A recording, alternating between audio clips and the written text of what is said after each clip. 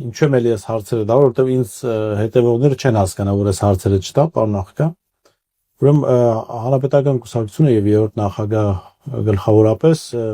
2021-ից առաջ էլ հայտարարում են, որ իրենք սկզբունքային դեմ են ընտրություններին մասնակցելուն, հա, եւ հիմա էլ են նման հայտարարություններ անում։ Վերջերս հանրապետական կուսակցության պատգամավորներից մեկը հայտարարեց, որ իրենք ընտրություններին մասնակցել են, քանի որ դուք եք խնդրել Սերժ Սարգսյանն այդ մասին։ Հիմա ինձ մոտ հարց է առաջանում, որ եթե մարդիկ դեմ են, սկզբունքային դեմ են ընտրություններին մասնակցել, ուրեմն ստիպված են գնացել 2021-ին այդ ընտրությունները։ Հարցը հետևյալն է. ինչպես եւ ինչու եք ստիպել երրորդ նախագահին մասնակցել 2021-ի ընտրություններին։ Հիմա այս խնդրել եմ, թե ստիպել են, բայց լավ չէ։ Եթե իրենք սկզբունքային դեմ ասել, ես մասը չեմ Հայկ Մամեջանյանը պատգամավոր։ Տենց էլ ասել է, որ ես խնդրել եմ։ Դուք խնդրել եք, որ Սերժ Սարգսյանը մասնակցի։ Լավ։ Մեղմ ասած շատ հեռու է իրականությունից։ Իսկ ո՞րն է։ Եթե այս գործընկեր ֆրակցիայի падգամավոր չլիներ, մի քիչ ուրիշ բառ կօգտագործեի։ Դրալ դեպքում ցենց ավելի մեղմ եմ ասում։ Չի եղել էս։ Խիպտես քնտրեի, ասած։ Բառացի ասել որ դուք եք խնդրել մասնակցել ընտրություններին։ Լավ, որ իրենց մասնակցությունը ձեզ կօգնի, այս տրամաբանության մեջ։ Ինձ կօգնի, այո, հակառակ ինձ պիտի խանգարի։ Որովհետև պատկերը այնպեսին է դարել, որ այդ հին ու նորի մարմնավորումը մենք ստացանք հենց այդ ընտրությունների ժամանակ։ Առաջին նախագահը ցուցակում չկա, բայց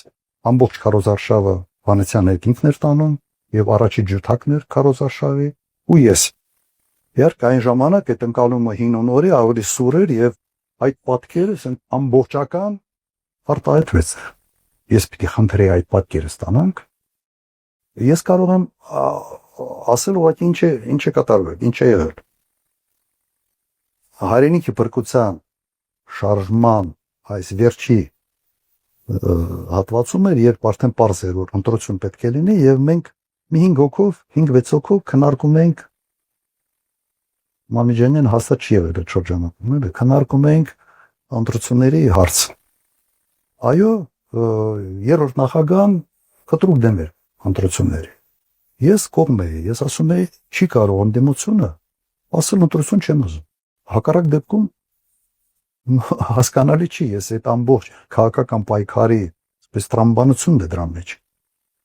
Իր հիմնավորումը հետևյալն էր. լեգիտիմացնում ենք Նիկոլ Փաշինյանը կտանի, լեգիտիմացնելու ենք ընտրությունները։ Իմ մոտեցումը հետևյալն է, որ իմ մասնակցելով կամ իրենց մասնակցելով չի որ լեգիտիմացնում ես։ Մենք այդ մեծամտությունը չպետք է ունենա։ Մեծ թվա թե եթե մենք չենք մասնակցում, ուրեմն լեգիտիմ չեն ընտրությունները։ Սա է ստաց բանալն է, բացատրությունը սա է։ Ես միջև այսօր այդ կարգի բացատրությունը ուղղակի չեմ հասկանում։ Եվ այն ժամանակ ինքը ասաց, որ ինքը իրենք չեն մասնակցելու հանրապետական կուսակցությունը, բոլոր մյուս մասնակիցները ասել են մասնակցելու ենք։ Այդպիսի խոսակցություն իրականում եղել է եւ չեմ ուզում մասնակիցների անունները տամ, բայց կարծում եմ կռահում եք բոլորը թե ովքեր են եղել։ Բայց ինչ որ կոորդինացիոն, ինչ որ մի բան կար հայրենիքի փրկության շարժման ժամանակ։ Մինչ այդ քննարկումներ ա եղել ավելի շատ գիտեք ինչ բանը ուզում էր հրաժարական տար եւ հիմա նաեւ գիտեմ բանը շրջանառվում, որ եթե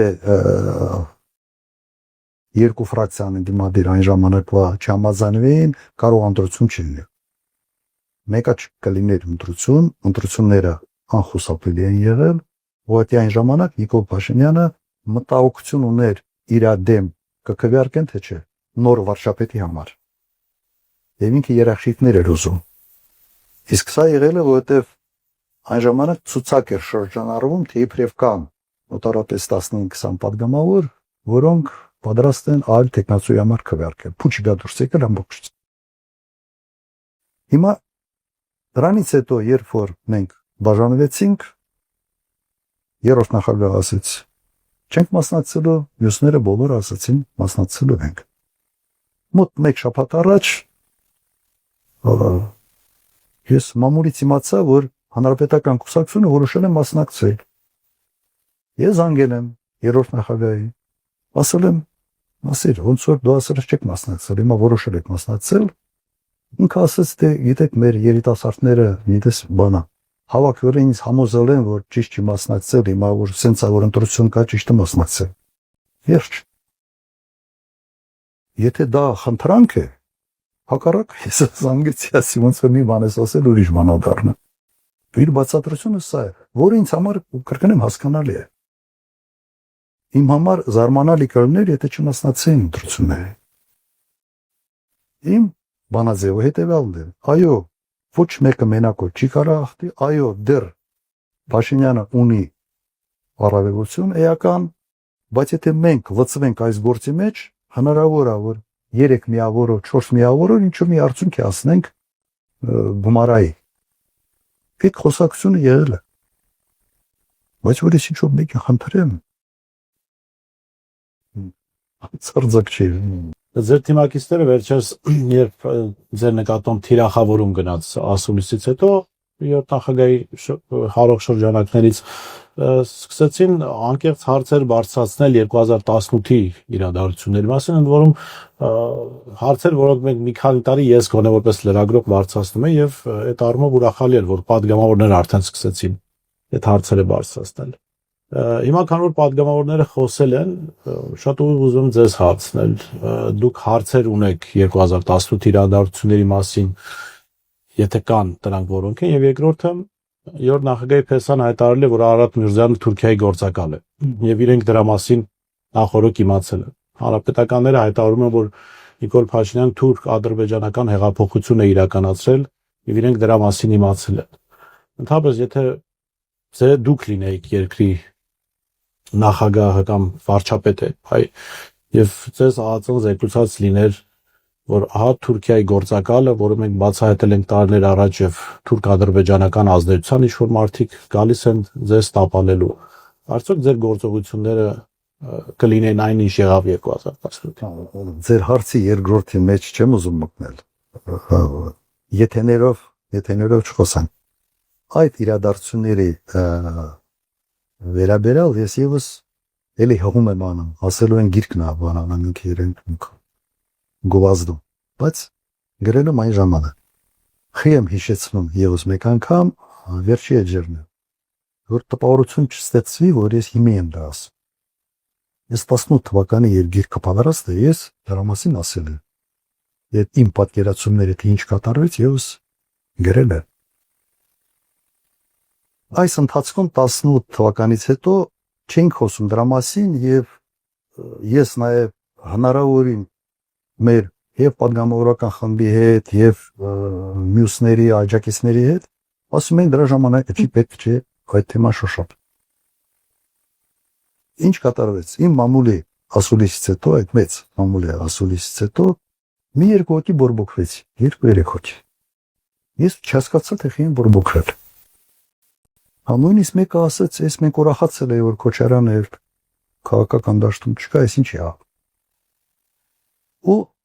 դրան հետևեց արդեն հայտնի ինչ-որ հարցազրույցներ, հայտնի լայվեր եւ այլն։ Եվ այդ պարագայում վերջը պատասխան պետք է տա, ինքն հնարավոր չէ պատասխան չտա։ Եվ սկսեց այս հրաձգությունը։ Մենք չենք տախազանել։ Հակառակը ես այդ տեսանկյունից ինչքան հնարավոր է զսպում էի։ Իշխանափոխությունը շատ ծանր հետևանքների բերեց։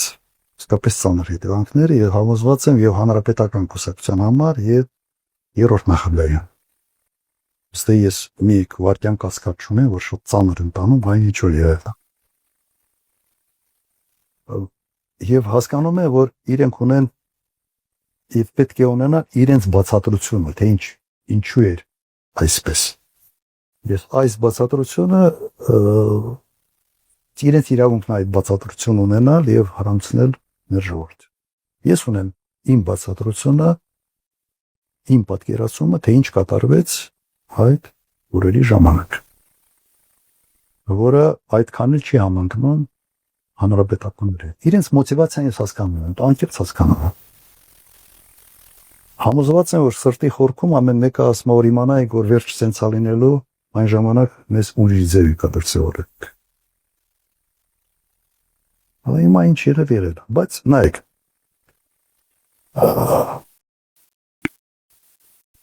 եղել է փորձեմ ավելի բան sense բանաձևի տեսք տալ հեղափոխության վտանգի Փարագայում եղել է իշխանության փոխանցում, բայց հեղափոխության վտանգի արկայության Փարագայում։ Հիմա ավելի ճիշտը ձևակերպել հետևյալ հարցերի պատասխան ունենալ, պատճառները որն էին, տրիգերը որն էր, եւ հնարավոր է դա խուսափել թե ոչ։ Չէ, սա է երևի։ Հիմնական Այո, ասում ինչ պետք դուք կանեք դրա մասին։ Հիմնական հարցերը սա է։ Հիմա պատճառները հետևյալն են։ Հսկայական լարվածությունները երկրի ներսում։ Դրա ինդիկատորները կային։ Եվ էլեկտրիկ Երևան կար, եւ 16 թվականներ, եթե չեմ սխալվում, գնդի զավթումը 3 զոհ։ Եվ գնդի այդ 3 զոհի պարագայում ահաբեկչական ակնհայտ գործողության հազարավոր մարդիկ դուրս են եկել ի պաշտպանություն ահաբեկիչների։ Դա նորմալ չէ։ Ես այն ժամանակ նաև հրապարակային ասացի, դա տեղին քարտ է։ Չափազանց մեծ բաներ, ասենց հակում կար քաղաքական մոնոպոլիայի, տնտեսական մոնոպոլիաների, եւ սա միարտացում էր ուղղակի։ Հանրային շատ լուրջ լարվածություն էր ստացած։ Այն ընդդիմությունը, որը պետք էր դրա դեմ պայքարեր, ներառվել են հանրապետականի ցուցակի մեջ եւ, այսպես ասենք, ոնց որ բաներ քաղաքական ինչ որ դիզայնի բան կար, ստե որ ընդդիմության դաշտը թարմացնելու ինչ որ տպավորություն կա, որ այդպիսի մի ծրագիր կար, որովհետեւ գործող ակտիվ ընդդիմադիրները հայտնվել են իշխանական ցուցակներում եւ նոր դեմքեր են հայտնվել այդ դաշտում, որից մեկը նաեւ Նիկոլ Փաշինյանն է։ Դա համար է այդ հարցերը ցնցոտում կախված։ Հիմա իմ մոտ հարցը հետևյալն է. լավ, չէին զեկուցում, որ կա լարվածություն։ Նույն եւ հանրապետական շրջանակներից եւ համապատասխան մարմիններից։ Տրիգերը եղավ, հիմա այդ առաջին մասը։ Տրիգերը եղավ, երբ երրորդ նախագահան ընտրվեց վարչապետ։ Ակնհայտ է, չէ՞, որ տրիգերը դա էր։ Մստի հարց է առաջանում, իսկապես ոնց եղավ, որ դուք չգնահատեցիք իրական լարվածության աստիճանը։ Այդ հարցը կային, ուրեմն չգնահատվեց։ Լավ, աղցից չէին զեկուցում, կամ հանրապետականներ 150,000 մարդ կար, մարզային կառույցներով եւ այլն, իրենք չէին ասում, որ կա լարվածություն։ Իմ տպավորությամբ 17 թվականի խորհրդարանական ընտրությունները, որի բեռը հիմնականում sense քաշով բեռը եղել է Կարեն Կարապետյանի վրա, հանգստացրեց, ասացին, հա, այս ինչ որ եղավ անցավ, եւ հնարավոր է շարունակել։ Իմ տպավորությունը սա, իմ գնահատականը սա է։ Եվ այն ժամանակ երևի թեկուզ կար խոստում, որ այլևս պաշտոն չեն զբաղեցնելու, այնուամենայնիվ երրորդ նախագահը որոշեց ընտրվել վարչապետ։ Եվ սա պայթեցրեց վիճակը, ուրեմն լատենտային այդ լարվածությունը մնում էր, մարդիկ հույս ունեցան, որ սա կփոխվի, վերջ իշխանությունից են հոգնում մարդիկ, որ երկարանինում հոգնում են։ Հեսա Կարեն Կարապետյանը կգա եւ բան կփոխվի, ինչ որ հույսերը առաջացրել եւ պարզվեց, որ ոչ։ Սա վիճակը պայթեցրեց։ Այդ տրիգերը սա էր։ Եվ ինչ վերաբերում է հնարավոր էր խուսափել, թե հնարավոր չէ։ Ես համոզված եմ, որ հնարավոր է։ Եվ հիմա այդ անխուսափելիությունը փորձում են հիմնավորել հետևյալը, ոչ չեն կարակելու ժողովրդի վրա, սա այն է։ Ասում են դուք թիկունք չկանգնեցիք հանրապետական ինչպես իրենք ձեզ։ Հիմա նայ հիշի այդ հարցը, ես նրանք անդրադարձ կունենամ։ Ասում են, մենք չեն կարակելու։ Սև ու սպիտակի ավիրացում, իսկ ով ասում, որ պիտի կարակեիք։ Ես ինչի հանգուցալությունը դուք տեսնում էիք միայն կարակելու մեջ։ Ընդհանրապես պետք էր փորձել իրեն շրջանակներից գտնել մի մարդ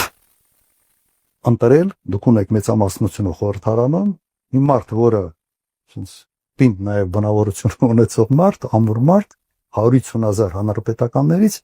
ընտրել այդ մարդու եւ փորձել վիճակը հանգստացնել։ Կարող է ստացվեր, կարող է չստացվեր, կարող է, բայց փորձ կանեք։ Ես համոզված եմ, որ կստացվի։ Եթե ճիշտ մարդու վրա կամենք, կամ եթե հանրապետական չի, այլ մարդ գտնեն, որը ուղիղ կապ չունի հանրապետականների հետ, բայց որը պետական կառավարման փորձ ունի եւ որը այսպես կհանգստացներ մտնոլորտ։ Կարեն Կարապետյանի անունը կհանգստացվեր։ Ես համոզված եմ, որ եթե ընտրվեր հենց սկզբից Կարեն Կարապետյանը, այս պատմությունը չէր լինել։ Հիմա Կարեն Կարապետյանը իրենք ասում են, որ ինքը հրաժարվեց։ Լավ։ Ինքը ընդամենը մի քանի ամսվա հանրապետական էր։ Էլ մարդ չկար, լավ, ինքը հրաժարվեց, ուրիշ մարդ։ Իմ գնահատականը սա է։ Միշտ եթեներով խոսալ հետ գնալը մի քիչ դժվար բան է, որովհետև եթեն տարբեր սցենարներ ունի։ Բայց դա իմ վերսիան է այդ իրադարձությունների եւ հնարավոր զարգացումն է։ Հիմա ես ընդունում եմ, որ հանրապետական կուսակցության վերնախավը, ես չեմ ուզում կուսակցությանը եւ վերնախավը ասենց նույնացնել, չեմ ուզում։ Բայց վերնախավը ունի իրենց վերսիան այդ իրադարձությունները եւ այդ վերսիան եւս գոյության իրավունք ունի։ Բայց դա չի նշանակում, որ բոլորս պետք է մտածենք այնպես, ինչպես իրենք են մտածում։ Իմ մտածումը սա է։